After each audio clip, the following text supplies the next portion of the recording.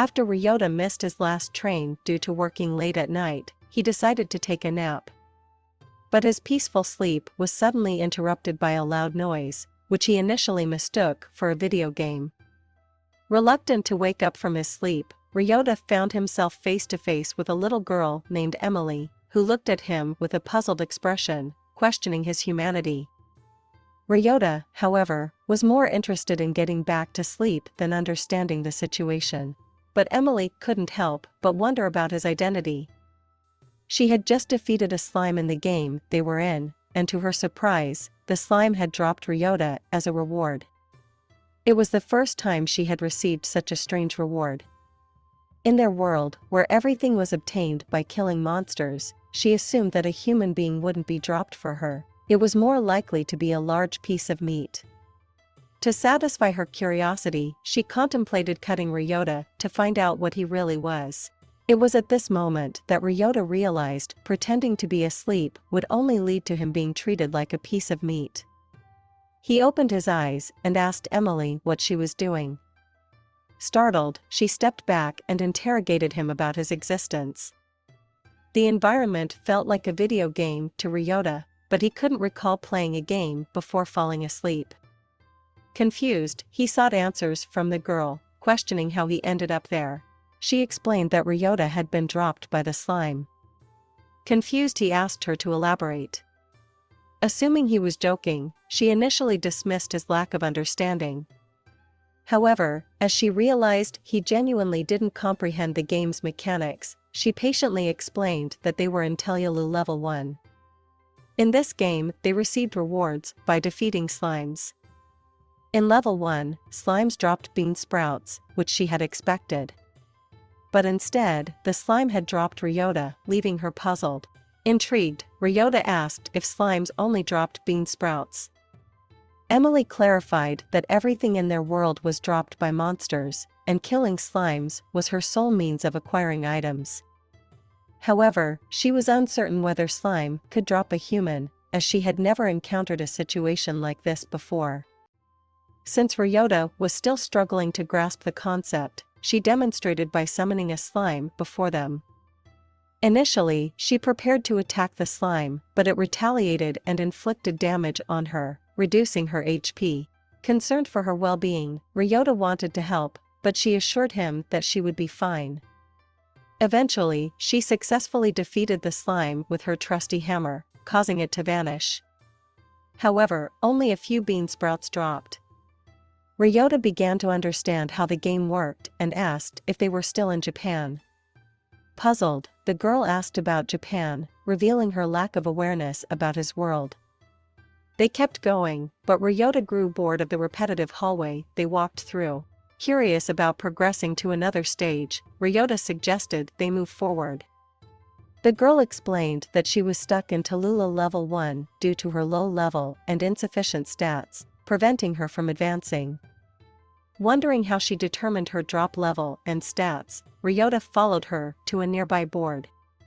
Placing her hand on the board, it displayed her attributes. Her strength was at level C, HP at level D, while the rest were at level E. Recognizing the board from video games, Ryota noticed another page and inquired about it. The girl showed him the second page, which detailed her drop stats. These stats determined the power of her drops, but unfortunately, all her stats were at level E. As a result, she couldn't acquire valuable items and struggled to make a living. Ryota asked if he could also check his stats. Intrigued, she instructed him to place his hand in a circular spot on the board, and to his surprise, his stats were displayed. Unfortunately, all his stats were at Class F, lacking both strength and HP. Switching to the second page, he discovered that all his stats were at Class S. Confused by the ranking system, Ryota questioned whether S was the lowest level. The girl insisted that S was the lowest level she had ever seen. Discouraged by this information, Ryota wondered if he could at least defeat a slime and witness its drop. Observing his search for a weapon, the girl offered him her own, but it proved too heavy for him to handle. She then handed him a bamboo stick. With the bamboo stick in hand, Ryota eagerly awaited a slime's appearance. when one finally showed up, they engaged in a battle. Initially struggling, he managed to stab the slime, causing it to disappear. To their surprise, the slime dropped a mass of bean sprouts as a reward. Ryota excitedly concluded that level S was indeed the highest level. Intrigued, he asked the girl if she had ever witnessed someone with a level S drop, but she had not. Ryota's growling stomach reminded him that he was hungry. Emily heard his stomach growl and suggested they eat. Setting up a fire, she cooked the bean sprouts they had obtained, serving him a delicious meal. Ryota commented that bean sprouts with chili would pair well with beer. She questioned whether chili and beer would be a good combination, prompting him to question if she had ever drunk beer before. She explained that one's standard of living in their world depended on the number of drops they obtained. Since her drops were low, she couldn't afford beer herself. Instead, she served him a warm liquid, which brought tears of joy to Ryota's eyes. He explained that it had been a while since he had shared something warm with another person. On Earth, he worked excessively and often arrived home late, resorting to snacks for dinner. Overworking himself had even led to illness, and that fateful day, he had missed the last train due to his late-night work schedule. Moved by his story, the Emily embraced him, assuring him that his hard work would eventually yield rewards. She encouraged him to be patient, emphasizing that bigger rewards awaited those who waited longer. Ryota contemplated where they would sleep for the night, and the girl mentioned lodges in town. She admitted she couldn't afford an apartment and had been sleeping in the same place. However, she hoped to change that in the future. Ryota prepared to leave, but the girl insisted he take the bamboo stick, as survival in their world without a weapon was near impossible. Grateful, he promised to repay her kindness and requested her name. She introduced herself as Emily Brown and informed him that she could always be found at that level if he ever wanted to meet her again. Ryota revealed his name as Sato Ryota, but she struggled to pronounce it and affectionately called him Yota instead. Venturing into the city, Ryota attempted to comprehend the workings of this new world. He discovered that the bean sprouts he had acquired were worth 200 pilots, but renting a room cost 2,000 pilots per night. Even minor expenses were expensive. After gathering the information, he returned to Tallulah, realizing his S-class drops allowed him to collect more items and earn more money. After 3 days of work, he managed to rent an apartment. Excitedly, he invited Emily over to see the place and revealed the price he had paid. She couldn't believe he had earned such an amount in just 3 days. He then handed Emily a key to the apartment, telling her it was hers to keep. Overwhelmed by his generosity, Emily tried to reject the offer, but Ryota insisted. As he prepared to leave, he explained he was paying her back for making him stew. Ryota was surprised when Emily offered to make stew for him forever. Touched by her gesture, he accepted the invitation. Before heading out, he sold his remaining drops and met a lady at the shop who informed him that Tallulah level 2 dropped carrots. Additionally, a new dungeon was under investigation by the Neptune group due to it mysteriously not having drops. She invited Ryota for a beer, but he declined and returned home. When he arrived home, he was shocked to see Emily had renovated the home and prepared dinner. She explained that the dungeon the Neptune group had discovered lacked drops. Excited by the news, Ryota decided to investigate the dungeon himself. There, he encountered a skeleton that proved challenging to defeat.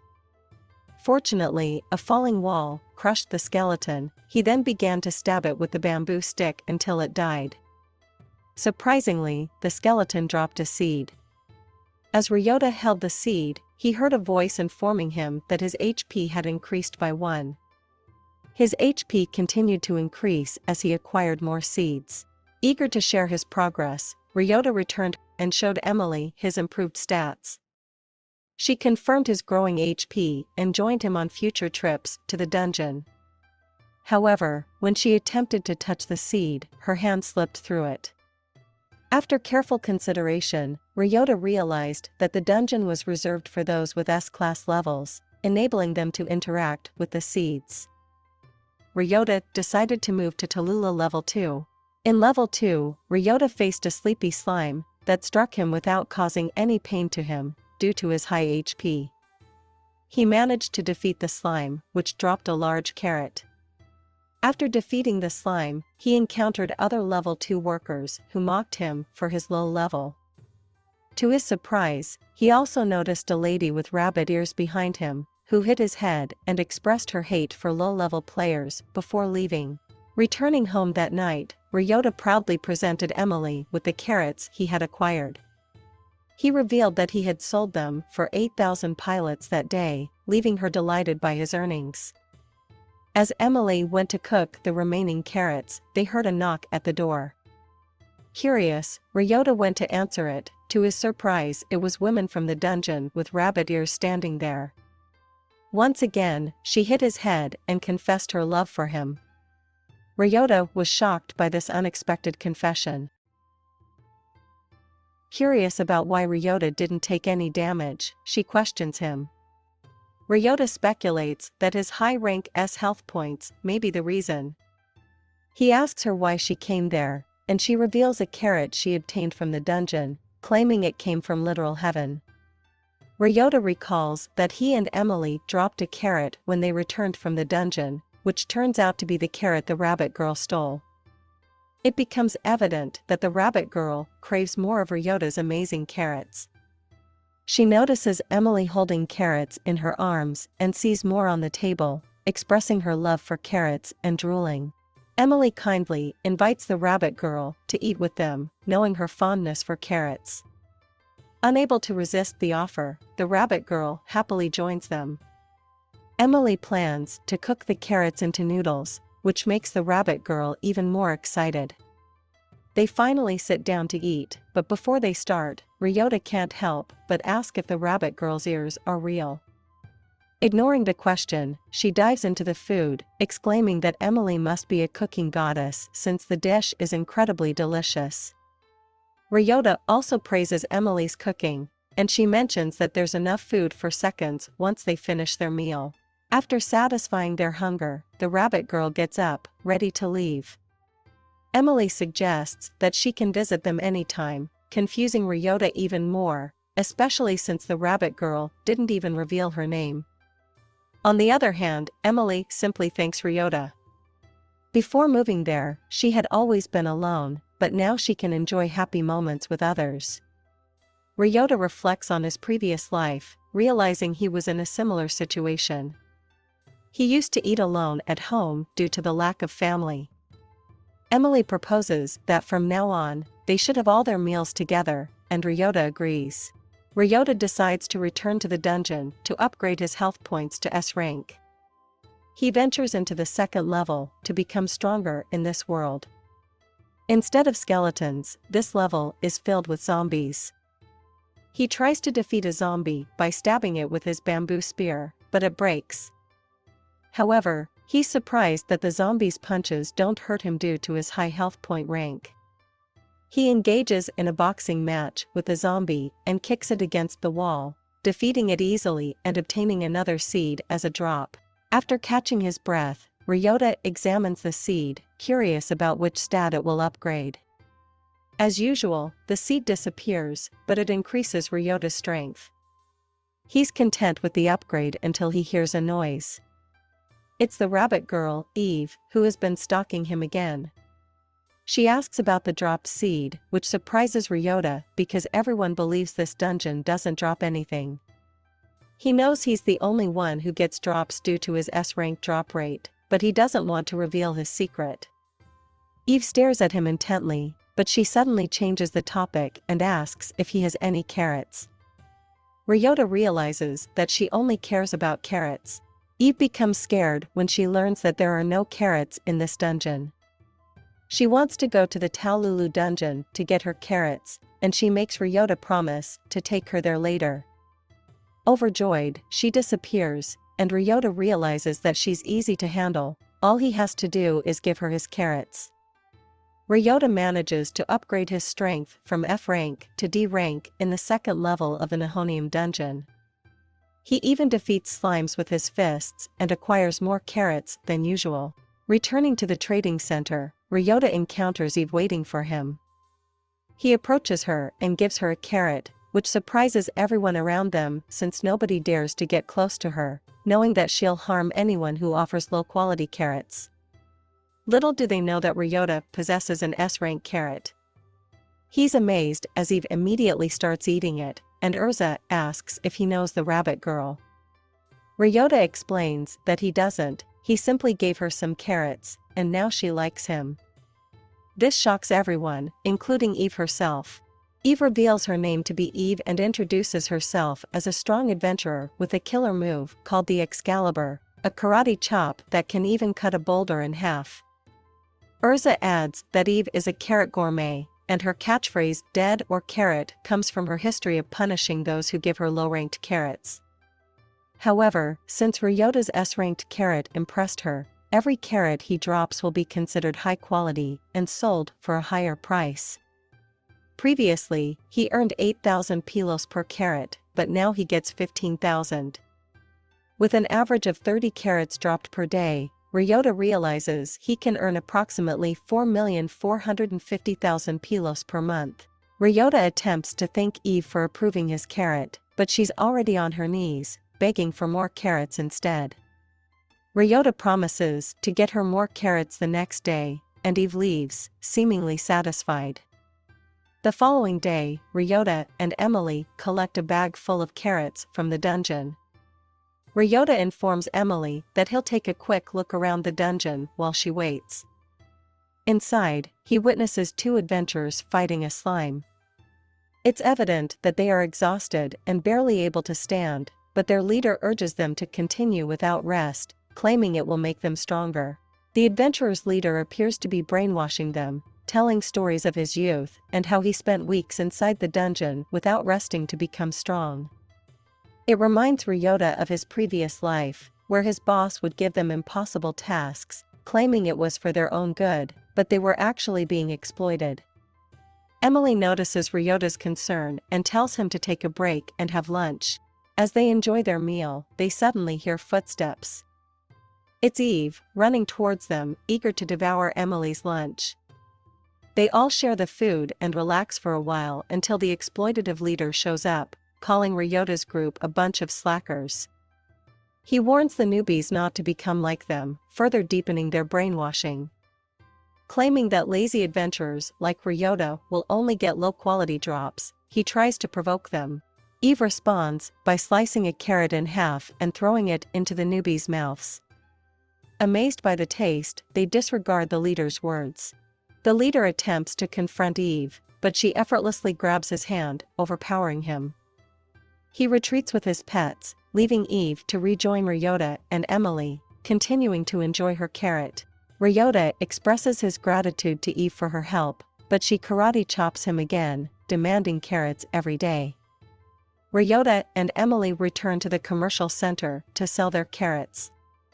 Ryota mentions that they had many more carrots, but they couldn't carry them all.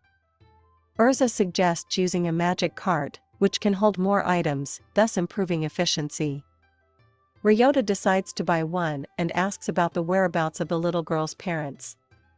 The girl calls her father, who greets them warmly. Ryota expresses his desire to purchase a magic cart, and the father recommends an expensive one, costing 10 million pilos. Ryota and Emily are taken aback by the price but learn that cheaper carts are also available for 2 or 3 million pilos, albeit with fewer features. The man is passionate about modding and prefers making expensive carts with extra capabilities, such as a monster detection system. Realizing he can't afford a cart at the moment, Ryota decides to save money and leaves with Emily. As they head home, they suddenly hear a man shouting in the streets. It turns out that a stray, a monster formed from dropped items, is approaching. Ryota asks Emily about it, and she explains that strays are stronger than regular monsters and don't drop any items. The adventurers in the city are evacuating because they don't want to deal with strays. Even the magic cart seller and his daughter are running away. However, Ryota notices that Urza trips while trying to escape, and the stray approaches her. In a quick move, Ryota uses his strength to block the monster's attack. Emily's group joins in, and they manage to restrain the stray, allowing Ryota to headbutt and defeat it. The locals thank Ryota for protecting their city and saving their lives. Ryota feels satisfied because, in his previous life, nobody ever praised him for anything he did. Suddenly, he hears a drop sound, which confuses him since Emily said that strays don't drop items. However, he remembers that the other dungeon also shouldn't drop anything but still does. He approaches a light and is shocked to find a super rare drop item. Ryota comes across a gun and bullets, a rarity in this world, dropped by a stray creature, which is not supposed to drop anything. Ryota equips the Glock 9 and heads to the Nihonium dungeon, strapped with murder on his mind. Before entering, he checks his stats and confidently tests the Glock when a zombie approaches.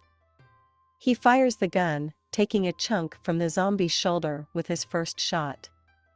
Surprised by its success, he steadies himself and delivers a final shot that kills the zombie. Ryota is impressed by the Glock's performance and believes it works just like a gun from his world. As 3 more enemies stagger towards him, Ryota, the world's first gunslinger, readies himself again and starts shooting at them.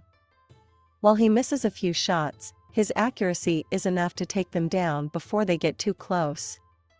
As the used shells hit the ground, they vanish mysteriously. Ryota wonders how he will acquire more bullets once he runs out. He ponders if they will only drop from strays like the previous ones, so he decides to use his shots wisely until he figures out how to reload his ammunition. At the second level of the Tallulah dungeon, Emily attempts to attack a slime but misses, and the slime counterattacks. Luckily, Ryota arrives in time to eliminate the slime. Excited to see him, Emily smiles as he takes care of the situation. As they sit down to have lunch together, Emily admires Ryota's new weapon and comments on how amazing it is, as she has never seen anything like it before.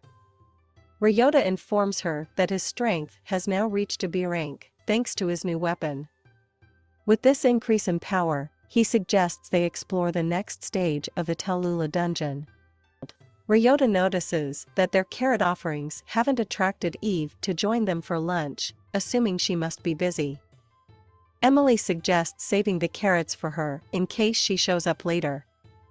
After they finish eating, they proceed to the next level of the dungeon. Before exploring, Ryota asks Emily if she has ever been this far. She admits that she only knows the names of the monsters that live in the level and the items they drop. She reveals that the monsters on this level are called copper slimes, and they drop pumpkins. Ryota is excited for the meals Emily will make with the pumpkins. He notices insects scurrying around and expresses his discomfort with them. He jokes that girls might run away, terrified of the insects. A loud bang startles Ryota, and he turns to see Emily, who has used a lot of force to eliminate a roach. He comments on her actions, and she turns around with a crazed look. As a clean freak, facing the copper slimes brings out a different side of Emily when she defeats them. Emily returns to her normal self and Ryota suggests they head back to get more carrots. As they leave, Emily suddenly stops and tightly grips her giant hammer. Ryota realizes she has spotted some copper slimes and starts to panic. A group of them emerges from a fallen block. Seeing this, Emily transforms into something from a horror movie. In this altered state, she warns Ryota that she might never regain her humanity. Determined to prevent this, Ryota takes charge. Drawing his gun, he swiftly kills the copper slimes to keep her safe, and Emily returns to her normal self. Emily comments on the size of the pumpkin drops, which block the entrance. She warns Ryota that they should leave quickly before more copper slimes appear. Luckily, Eve arrives, answering his prayers for help. Emily shows Eve the location of the carrots and urges her to take them. The rabbit wastes no time and takes what is rightfully hers. With the danger stopped, they continue their adventure, grateful for Eve's help. They gather as many pumpkins as possible from the dungeon and take them in batches to trade. Sadly, the last batch is ruined, likely by animals, making them unsellable. Ryota assumes they can't make any money from them now. Dark Emily takes over, stating that the copper slimes are around. She smashes the pumpkins, causing more of them to emerge. Ryota wonders why the copper slimes are outside the dungeon. Despite running out of bullets, he fights them off with a stone, eventually winning but feeling tired. When Emily returns to normal, they are shocked to find that the defeated copper slimes dropped bullets. Ryota explains the situation to Urza, who informs them that if dropped items are left where no people are around, monsters spawn in the area. Ryota recalls Emily mentioning something similar when the gorilla attacked earlier. He apologizes for keeping her waiting. Realizing it might be possible to force slimes to spawn, Ryota rushes home to try it out. When Ryota arrives home, he places the carrots down with the hope of monsters spawning, but instead, Eve ends up taking them. After Eve leaves, he realizes she has taken all but one carrot, which spawns a slime. He quickly defeats it, and bullets drop, confirming his theory. The next day, he heads to the first level of the Nihonium dungeon to try the same method with an enemy. However, with his now S-rank HP, defeating monsters no longer boosts his stats. He tries to take dungeon seeds outside to spawn a stray, but they crumble. He prepares to leave and meet up with Emily at the other dungeon when he is suddenly ambushed by a skeleton. After a brief struggle, he kicks it out of the dungeon, but it disappears before hitting the ground. Confused, he consults Urza, who explains that monsters disappear when they leave a dungeon, otherwise, the place would be overrun with strays. She encourages him to learn more and raise his knowledge base. Ryota goes back to the dungeon and throws another skeleton outside. Just before it disappears, he shoots it, successfully turning it into a stray. The system alerts him that he has gotten freezing bullets. When he fires one, he is shocked to see that it has a freezing aftereffect, surrounding the target in ice. He realizes the useful functions of this new ability. Excited about his discovery, Ryota looks forward to using the freezing bullets in future adventures. Ryota starts using the freezing bullets when he teams back up with Emily. He uses them to stun the target, giving Emily the opportunity to land an attack, a combo they had seen in games. Emily is amazed by the attack, and Ryota explains how it works, mentioning that it takes a long time to get the bullets. He plans to save them for emergencies only. They continue their hunting as it rains outside and return when the rain stops. As they take a narrow path down a cliff, they encounter a duo blocking their way, insulting each other. Ryota, minding his own business, initially asks them to excuse them as they pass. However, the merchant-looking man involves Ryota by ordering him to pull up cargo that fell down the cliff. He claims he will be paid by the person he's arguing with. Ryota inspects the situation and finds it challenging but possible. The cargo is a magic cart full of valuable drops, and they worry it might turn into a stray as there is no one near it. The lady wants to burn the cart due to troublesome monster drops, but the man stops her, saying the perfume inside will sell for a fortune. He hired adventurers to collect the items. As they argue again, the man gets possessed by a monster called a Femini and suddenly attacks. Ryota acts quickly, shooting the monster, freeing the man, and finding more bullets. The lady orders Ryota to take the unconscious merchant and run, while she plans to distract the rest of the monsters so he can rush to town to gather the army. Emily worries about her, but she explains that she was hired as an escort, so the responsibility for the accident is hers. Ryota is determined to do something this time and fires multiple freeze shots, stopping the monsters in their tracks. Emily joins with a powerful attack, eliminating them. Grateful for Ryota's help, the lady thanks him, and they all make their way back to town. Emily checks her stats and realizes she has leveled up a lot due to defeating so many high-level opponents at once.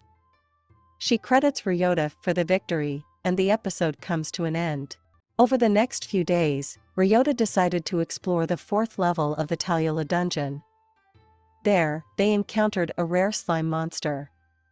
Emily explained its rarity, leaving Ryota puzzled. Ryota allowed the slime to attempt to escape, but he used a freezing bullet to stop it and finished it off with a regular attack. Surprisingly, the drop item was not the usual food, it was a necklace, a first for Emily to witness from a rare monster. Ryota decided to give the necklace to Emily, who blushed, thinking it was a declaration of feelings. Emily was happy and thanked him, but her joy was short-lived when Ryota mentioned that the necklace would double her drop rate. Emily got upset, realizing she had misunderstood Ryota's intentions. It turned out that he gave her the necklace solely to increase her drop rate, not as a romantic gesture. However, Ryota often fails to grasp such situations. During their dungeon exploration, Ryota and Emily encountered regular slimes known as bat slimes. Emily's skills allowed her to defeat 4 of them, leading to 8 bamboo shoots dropping an impressive outcome thanks to the double drop rate item they found. Once their adventure concluded, they returned home, and Ryota noticed Emily preparing their meal. He offered to help, but she declined, explaining that the kitchen was too small. Ryota then mentioned his idea of moving out, which worried Emily, thinking he might leave her behind. However, Ryota clarified that they could afford a nicer place together, but they needed to save a bit more money for that. The next day, Ryota planned to gather more bamboo shoots to earn money for their new home. He took the bamboo shoots to the trading center to sell them, where he met Urza, an acquaintance who mentioned the difficulty of appraising them. Suddenly, a girl named Erica Macy approached Ryota and asked if she could have his bamboo shoots. She showcased impressive knife skills and praised the taste of the bamboo shoot, even when it was raw. Erica Macy turned out to be a renowned culinary expert in their world. She offered to buy all the bamboo shoots, explaining their potential value due to her approval. Urza convinced Ryota to sign an exclusive contract with their trading center to sell the bamboo shoots as a branded product. Later, Ryota returned to the Nihonium dungeon to increase his strength stat, with the goal of reaching rank S. There, he encountered a girl who was part of a party of 3 men dealing with a skeleton. The girl used an air box to capture the air supposedly dropped by monsters. An old man explained that they were essentially selling air, deceiving people by packaging it in boxes and claiming it to be valuable. This operation was craftily advertised as Princess Air. Intrigued by this unusual business model, Ryota inquired about the magic cart they used to carry many air boxes at once and avoid multiple trips. Ryota realized that having a magic cart would make their lives much easier. He wanted to get one but needed to talk with Emily first since it was a bit expensive. After returning home, Ryota explained the situation to Emily. They had to decide whether to get a new house or a magic cart first. Emily suggested prioritizing the magic cart, as it would increase their efficiency in carrying drops and enable them to earn money faster for their new home. Although Ryota was a little worried about delaying their move, Emily assured him that she was content with their life together in their current small house. With this understanding, they agreed to visit the magic cart shop the next day. At the shop, they encountered Olga, a distressed little girl. She informed them that her father hadn't returned home yet because he had gone to pick some flowers. Emily mentioned that the only place to find flower drops was in a dungeon called Arsenic. Ryota decided to head to that dungeon to assist Olga's father. Upon reaching the dungeon, Emily explained that the first floor monsters were called Dandrox, stationary and non-aggressive. Ryota initially thought it would be easy to find Olga's father, but the Dandrox blocked their path. Only Emily, with her powerful Thor hammer, could defeat the rocks. After dealing with the Dandrox, they eventually found Olga's father, who had fallen asleep. Ryota tried to wake him up, but the old man seemed unaware of his daughter's worry. He explained that he had come to the dungeon to gather materials for his new magic cart prototype, but the Dandrox had impeded his progress. Ryota decided to lend a hand and suggested searching for a rare monster, called a flying rock. Emily used her hammer to shatter the flying rock, which dropped the flower the old man needed. They skillfully transform the flower drop into a stray monster, and Ryota uses his freezing bullets to capture it.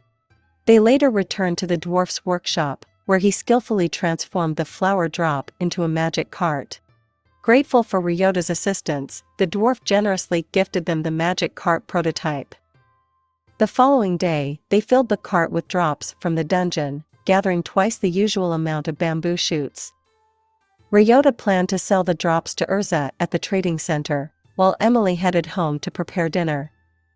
At the trading center, Ryota noticed Urza facing a difficult situation with an aggressive customer. The customer claimed to have brought enough drop items to be paid 10,000 pilots, but Urza insisted the value was less. Ryota stepped in, defending Urza, and proved her right by accurately calculating the correct prices for the items in his magic cart. The irate customer accused the trading center of scamming and attempted to attack Ryota, but he swiftly neutralized the situation with a freezing bullet. Afterward, Ryota comforted Urza, recognizing that everyone needs help and expressing his desire to protect her. In an unexpected moment, Urza mustered the courage to kiss Ryota, leaving him puzzled. She then resumed her work, and Ryota and Emily returned to the dungeon, earning much more money than before. With their newfound wealth, they could now afford to purchase a more luxurious and spacious place to live. After the move, the rabbit girl started following them because it could smell Ryota's carrot from a distance. As they settled into their new home, Ryota reflected on the progress they had made. With that, our episode comes to an end. Feel free to comment if you're interested in following more of this exciting series. Thanks for your time. If you stayed until the end, please like and subscribe for more.